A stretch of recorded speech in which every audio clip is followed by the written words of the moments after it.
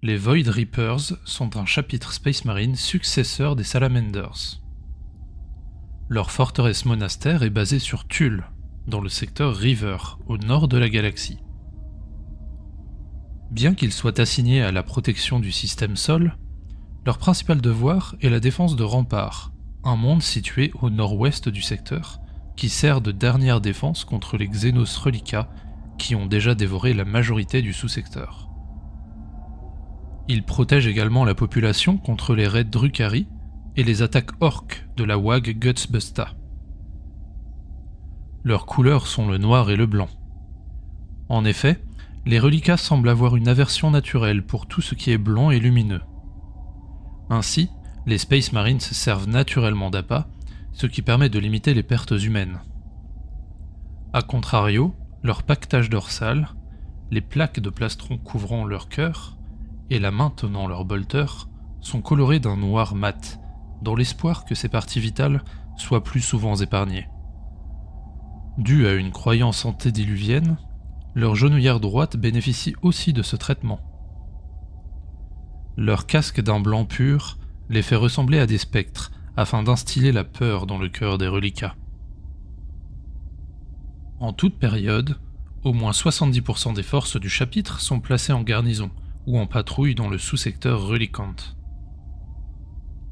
Fidèles à leur patrimoine génétique, ils utilisent communément les lance-flammes et fuseurs. Ils y ajoutent du magnésium, de l'aluminium ou encore du phosphore pour obtenir des flammes blanches extrêmement lumineuses, particulièrement efficaces contre les créatures du vide. Les Void Reapers travaillent très rarement conjointement à d'autres chapitres, et restent généralement très discrets quant à leurs actions. Ils ne s'engagent jamais dans de grands conflits extérieurs à leur zone de patrouille, mais n'hésitent pas à envoyer leurs forces disponibles lorsqu'un monde humain du secteur River est directement menacé. Lors de leurs combats contre les reliquats, il arrive que certains frères Space Marines soient frappés par les armes ésotériques de leur némésis, mais que leur métabolisme hors norme parvienne à y survivre. Leurs corps changent alors peu à peu, semblant rejeter le monde réel. Les Space Marines affligés de ces blessures sont en constante souffrance.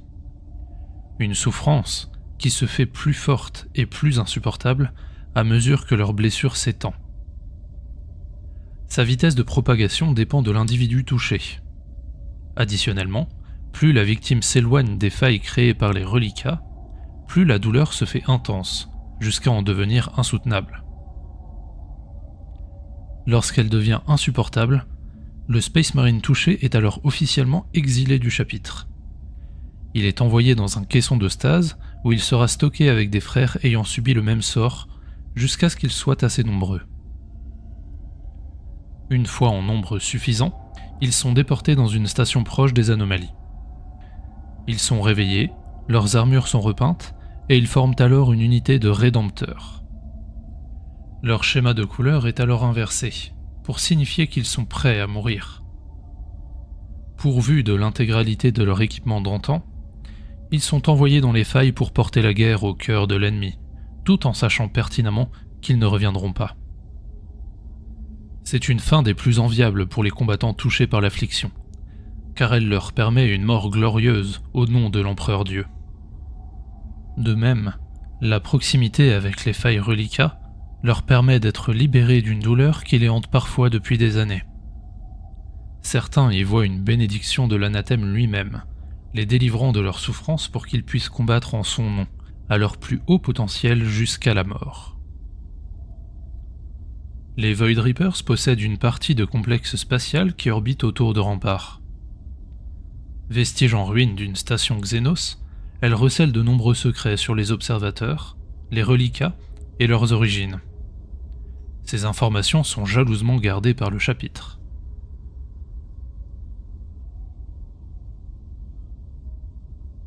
Les Parangons sont des Space Marines du chapitre Void Reapers ayant été touchés par le vide.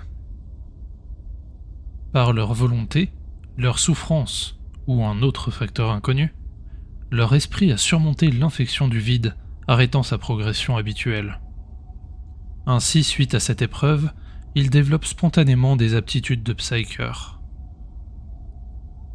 Mutilés à vie, ils doivent apprendre à vivre avec leurs blessures tout en s'accommodant de leurs nouvelles capacités.